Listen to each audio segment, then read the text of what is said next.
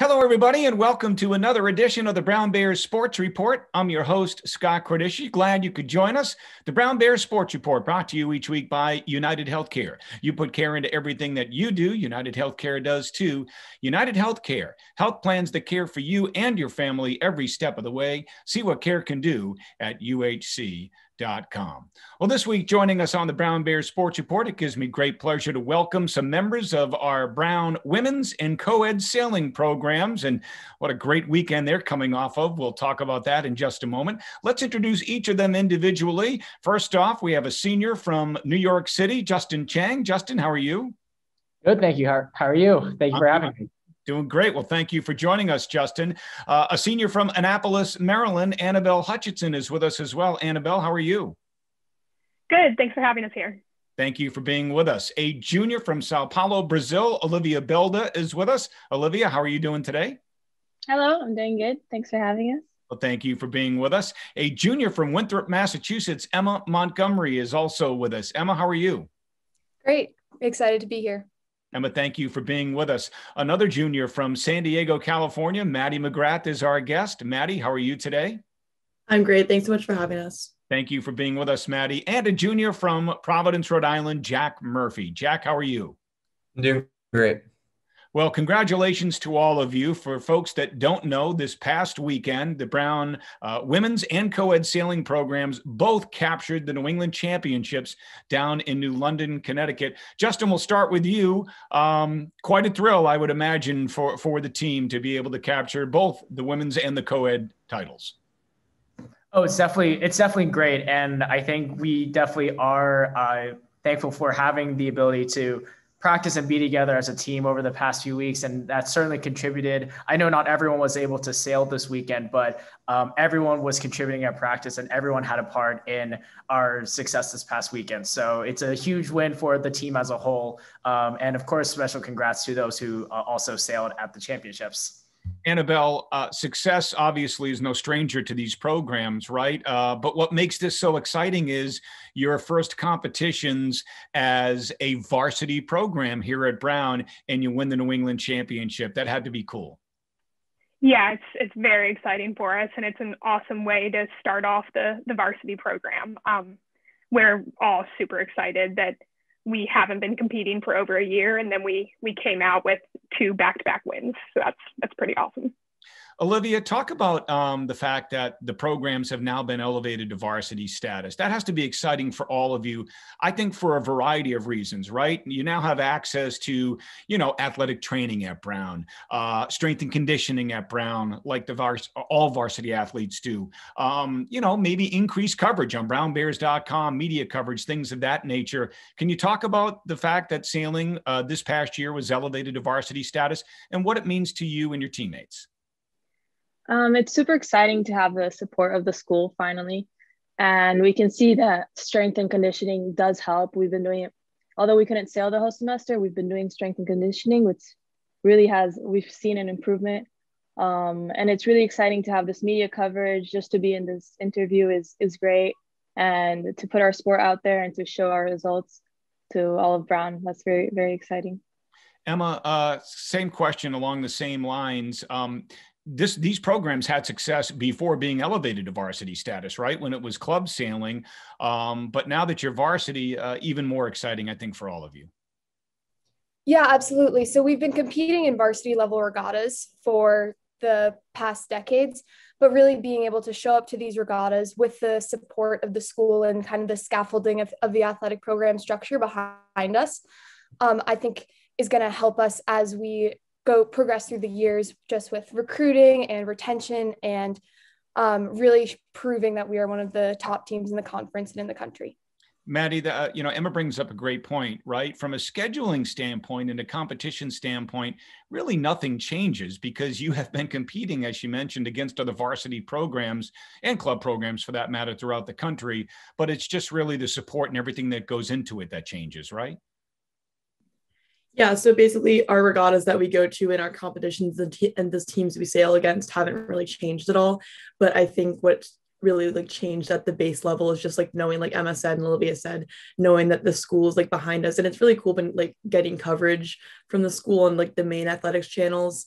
and just kind of being recognized for our success. And also just, I can't like emphasize enough, having access to the varsity weight room and the trainers and the strength coaches is absolutely amazing. We all love it. Lift is like our favorite part of the week besides practice. It's really fun. Jack, what's the experience been like for you since the programs have been elevated to varsity status?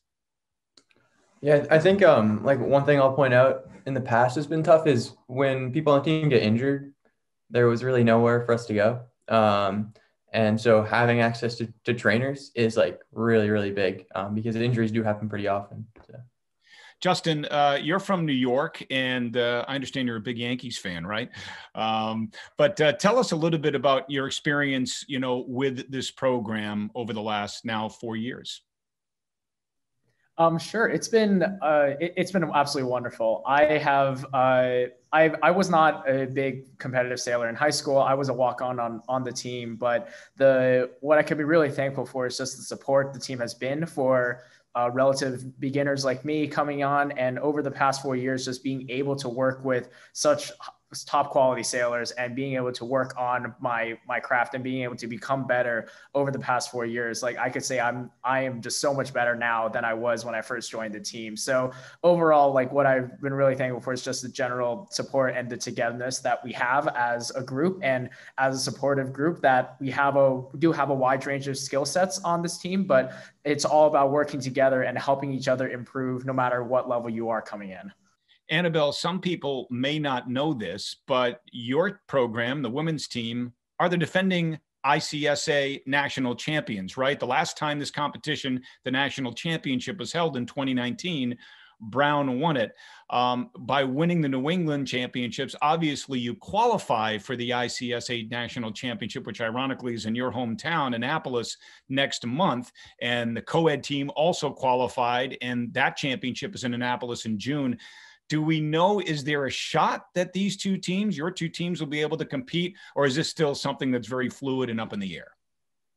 It's still a fluid situation, but there is definitely a shot that we are able to compete at nationals. And if we are able to compete, we will be going with as much motivation as we can possibly have. And we would want to keep that title and to continue to be national champions because of COVID, we've been champions technically for the last 2 years. So maybe we can make it 3. Olivia, what was it like? And I don't know if you could take us back to 2 years ago. You were obviously in your first year.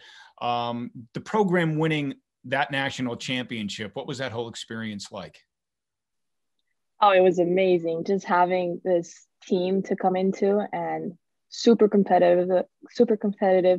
And it's great to be part of it and possibly continue that legacy. If we do end up going to nationals, I hope we have a chance to keep up that legacy and maybe possibly win it. Very excited for that. Emma, I understand in high school you were not only a sailor but a soccer player as well. Did you consider, going to college and playing soccer, or tell us how you wound up at Brown and your decision to sail here? Well, I did play soccer in high school, but sailing was my true love. I would sail all summers long and couldn't wait for the high school spring sailing season. So that was kind of my singular focus coming into college. But I think that the skills you learn at a team sport like soccer, and I know Olivia played basketball, and we've all been in team culture environments, really translate into a college sailing team. Because in club sailing and in high school sailing, it's pretty individual. Like you're just trying to be the fastest boat you can be. But in college sailing, our success and failures come as a team. Whether you're some of the 4 people that get to sail at a regatta on a given weekend, it really comes from practicing against your teammates and stepping up to fill any role that is needed of you. So I think that the team culture and mindset that I learned playing other sports in high school translates really well into college sailing, where we win and lose as a team and support each other as a team, not just individuals. Maddie, I understand sailing's in the family, right? Your dad was a sailor at Tufts? Yeah, he was. And I grew up, my grandparents both sail on his side. So I grew up around just being on the water and was always kind of convinced by them to get out and try sailing. I hated it the first 2 years I did it and quit and decided to never do it again. And then a bunch of my friends got into it. And so I got back into it, and thank God I did, because it's pretty much my life now. And I know Rhode Island, the Ocean State's a pretty cool place to sail, but so too is your hometown of San Diego, right? Yeah. San Diego is a great place to sail. Doesn't get much wind, but a lot of really amazing sailors, some of the best in the world, have come from San Diego and from the yacht club that I sail at, San Diego Yacht Club. And so just being around that whole program, growing up as a kid and growing up coached by these amazing college sailors, and now actually coming home to that program and being one of like the college sailor coaches that I've always looked up to my entire life has been really amazing. Jack, you competed at the Chatham Yacht Club. Compare for us, if you will, the conditions of Pleasant Bay compared to Narragansett Bay. Definitely. I actually was pretty lucky because Pleasant Bay is similar to Narragansett Bay in a lot of college venues. Like this time of year in our venue, we get some really, really windy southerlies that come in. And Chatham is one of the windiest places, I think, on the East Coast. It's out there, like sticking out in the Atlantic. And so it was also flat and shifty, which is really, really helpful. So I think growing up sailing there has definitely helped me at college sailing venues. Justin, I mentioned earlier you're a Yankees fan. First of all, what's going on with your baseball team? And then tell me about this. I read in your bio, you always keep a Rubik's Cube handy. Why? As far as the Yankees, it's a slow start. Their hitting is just not top notch. I'm not too closely following. I never believe in them in April. But as far as my Rubik's Cube, I learned to solve a Rubik's Cube. Actually, I'm at my desk. I have it right here. I've always loved puzzles, and I learned how to solve one of these when I was younger. And then once I got really into it for a while, I try to get as fast as possible. And now it's just like a good thing to just keep my hands occupied if I ever needed to. So it's a nice little toy to have on my desk. Justin, as a follow-up, what's your concentration here at Brown, and what are your plans for after graduation? Sure. So my concentrations are applied math and classics. And after graduation, I will be working on, I'll be working at Bank of America doing sales and trading for them. Oh, congratulations. Annabelle, same question for you. What is your concentration? And I understand, do you already have a job lined up at JP Morgan after graduation? Yes, I do. I'm concentrating in economics and classics. So Justin and I share the classics classes together, which is fun. But yeah, I'm going to be investment banking with JP Morgan after I graduate. Olivia, talk to us a little bit about the new Sailing Pavilion, right? This opened up, a few years ago now. I understand it's beautiful, but just tell us about, where your team calls home. Okay, so the year that I came onto Brown is the year that they inaugurated the pavilion. And I've been to a lot of other venues sailing, and I can say very easily that ours is probably the best out there. It's really nice to have the boathouses. The boats are right on the dock. We sail them off, and our race courses are super close, super easy to watch as well. I think we have the best out there, so it's really good to be part of that. Yeah, Emma, I mean, the Ted Turner class of 60 Sailing Pavilion at the Edgewood Yacht Club. If I'm not mistaken, in Cranston, your team has the second floor. Am I accurate in saying that? Yes, that's correct. And so tell us a little bit about it. I mean, is it very nice? Yeah, it's gorgeous. We have the second floor that has a big classroom for us to watch film together and congregate before and after practice. There's a viewing deck so that when our parents or friends come to regattas, they can look out and see sailing very well. Whereas at some of the other venues, we sail so far out and around a corner that you can't really engage with spectators. And we have awesome locker rooms. I remember coming down to my first practice freshman year, seeing my name on a locker with next to the IVB, and just being so excited and couldn't wait for the next 4 years. Maddie, Coach Mollicone couldn't be with us for the show, but tell us what it's like, working under him. He's had a lot of success here at Brown now in his 22nd year coaching the sailing program. Tell us what it's like, working with Coach Mollicone. I could be biased, but I want to say he's like the best coach in college sailing. He's been absolutely amazing. He pushes us to do our best, even at practice every single day, but he's also really, really supportive of us, and not he's tough on us, but in the best way. He's always there for you, whether it's even with academics or anything, he'll help you. He's always willing to help you out no matter what. And just his coaching insights are absolutely amazing. And he's just really created this culture of like community and just motivation among the team. And it's really, it's been unforgettable. Jack, under normal circumstances, you would have a fall and a spring schedule, correct? So really no off season for sailing. I would imagine in the winter months, now that you're a varsity program, you'll be spending a lot of time in the weight room, but fall and spring. So there really is not much of an off season, correct? Yeah. Usually the season ends like a week or two before Thanksgiving in the fall. But then when we come back after Thanksgiving, we're usually still practicing up usually until finals. And then typically we're on the water. The past couple of years, it's been February 5th again in the spring. So we get like just a couple weeks there without sailing at the beginning of the spring. So it's really like, and then we sail all the way through finals, and then nationals are usually right after finals. So it's full time. It's like, there's not really an off season. Yeah. Now, Justin, how many boat classes do we compete in? Is it mostly two-person boats with a skipper and a crew member? Educate me and the uninitiated that might be watching the show.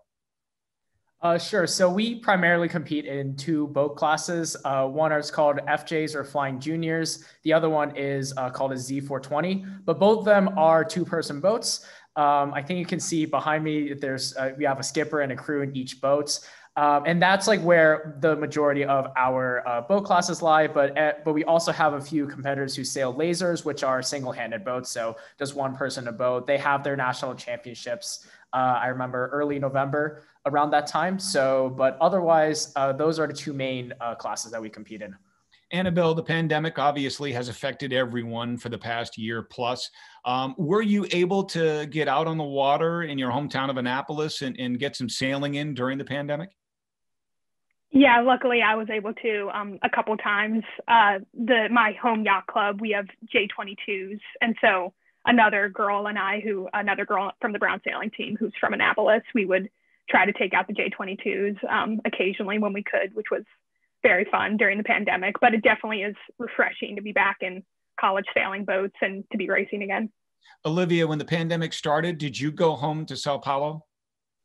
Yeah, I went straight home, and there was no sailing for me there because I live not at the coast. So I'm really happy to be back. And how is Brazil and your town of Sao Paulo handling the pandemic? Are things getting better there? Unfortunately, no. It's actually pretty bad. I won't be going back this May, just because COVID is and the variants are very strong there. And even though I'm vaccinated, it's probably not a good idea to go back. But hopefully, soon enough, we'll get the vaccines in and everybody will be safe. Emma, how did you find remote learning last spring? And I would imagine some of your classes are still virtual right now, are they not?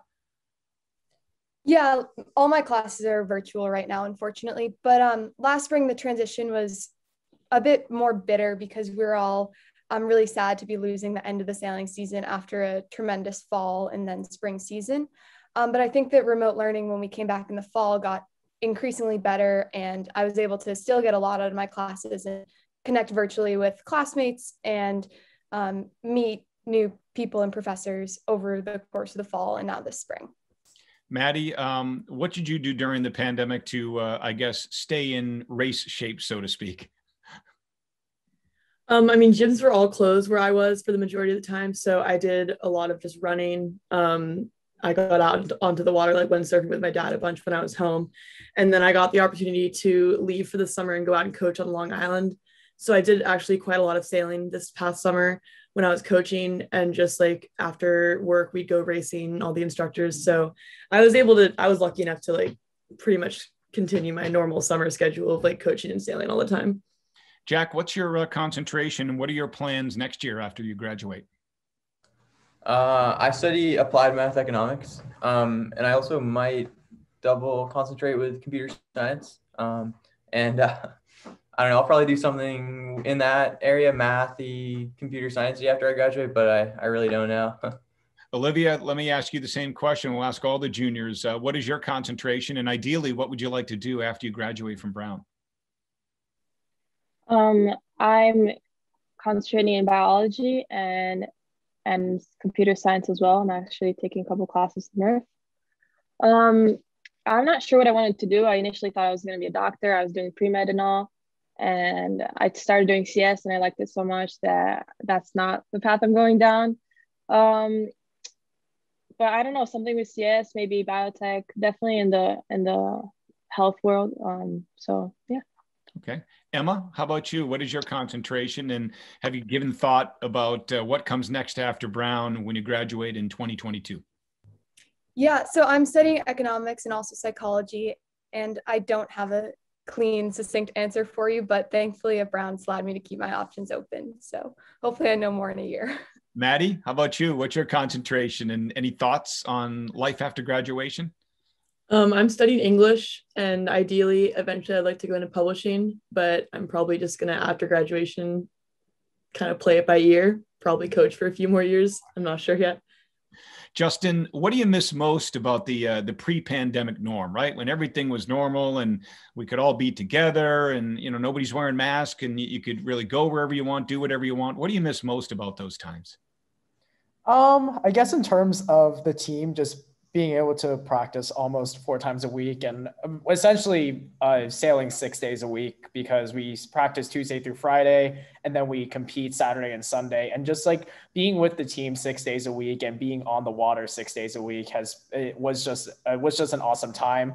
And just especially we talked about the new pavilion earlier, being in the locker room together was an awesome time as well. So just like kind of just being able to have all of these like team experiences that now are we're getting them back, but it's still a little bit more limited. I'd say like that's definitely a big blow from the pandemic.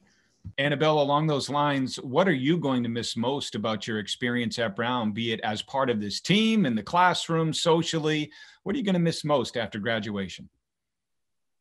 Well, the sailing team has definitely been the central focus of, I think, my college career outside of academics. And I'm going to miss just going to practice and going to dinner with the team after practice and pre-pandemic times and just sitting and talking for hours about sailing or life or whatever it might be. And just living within a 10-minute walk of all of my best friends has been awesome. So I'm going to miss that, I think.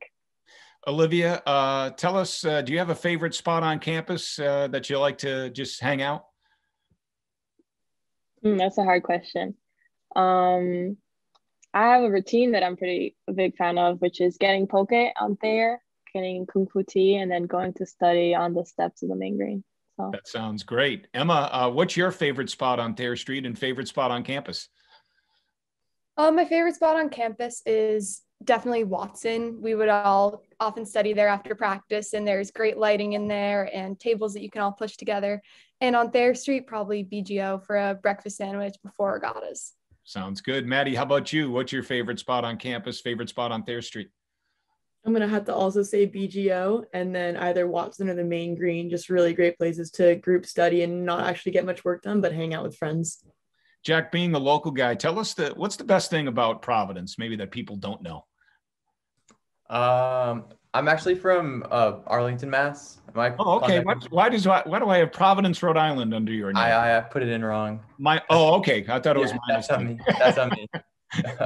But I've spent 3 years in Providence at this point. Yep. And some time before then, I had been in Rhode Island in the local area and sailed a bunch because I'm not from far away, and I really like it. I think and it's like we're basically where we sail is almost the ocean, you know, like the water is always there. It's like really, really cool. Yeah. So when you competed down in New London, were you physically out in the ocean? Were you more in the bay? Jack, I mean, you know, when the teams competed this past weekend, where were those competitions? They're pretty far up the river. The Thames River is known as being really, really tricky, not only because it's like really narrow river and big hills on both sides, so the wind is tricky, but it's a river and it's tidal, so the current is really hard to understand and unpredictable. Yeah, I mean, I think if we were on the ocean, you can sail under the bridge. It's pretty far, but it would have been more predictable. But I don't know, college sailing is kind of known for its really unpredictable venues. And where we sailed this weekend is definitely not an exception. Annabelle, take us back to 2019 when the ICSA National Championship was in Newport. Where in Newport was that held?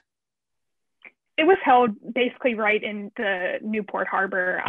So you could definitely see the racing from land. We raced right off of Fort Adams. And yeah, that was an incredible weekend. And we definitely had some big breeze that weekend. So there was a lot of us out there working hard. Emma especially could probably tell you about it. She worked very hard that weekend to make sure we were going fast. And yeah, that was pretty special. Okay, Emma, you're up. Tell us about that experience. It was unbelievable. We knew that going into the weekend that if we had strong breeze, that we were going to be one of the fastest teams in breeze. And it just happened that the last day of women's finals turned out to be the windiest day of sailing that I've ever sailed in. We had waves that were like 2 to 5 foot swell. And we actually went out, we like waited on land for a little bit in the morning because it was so windy.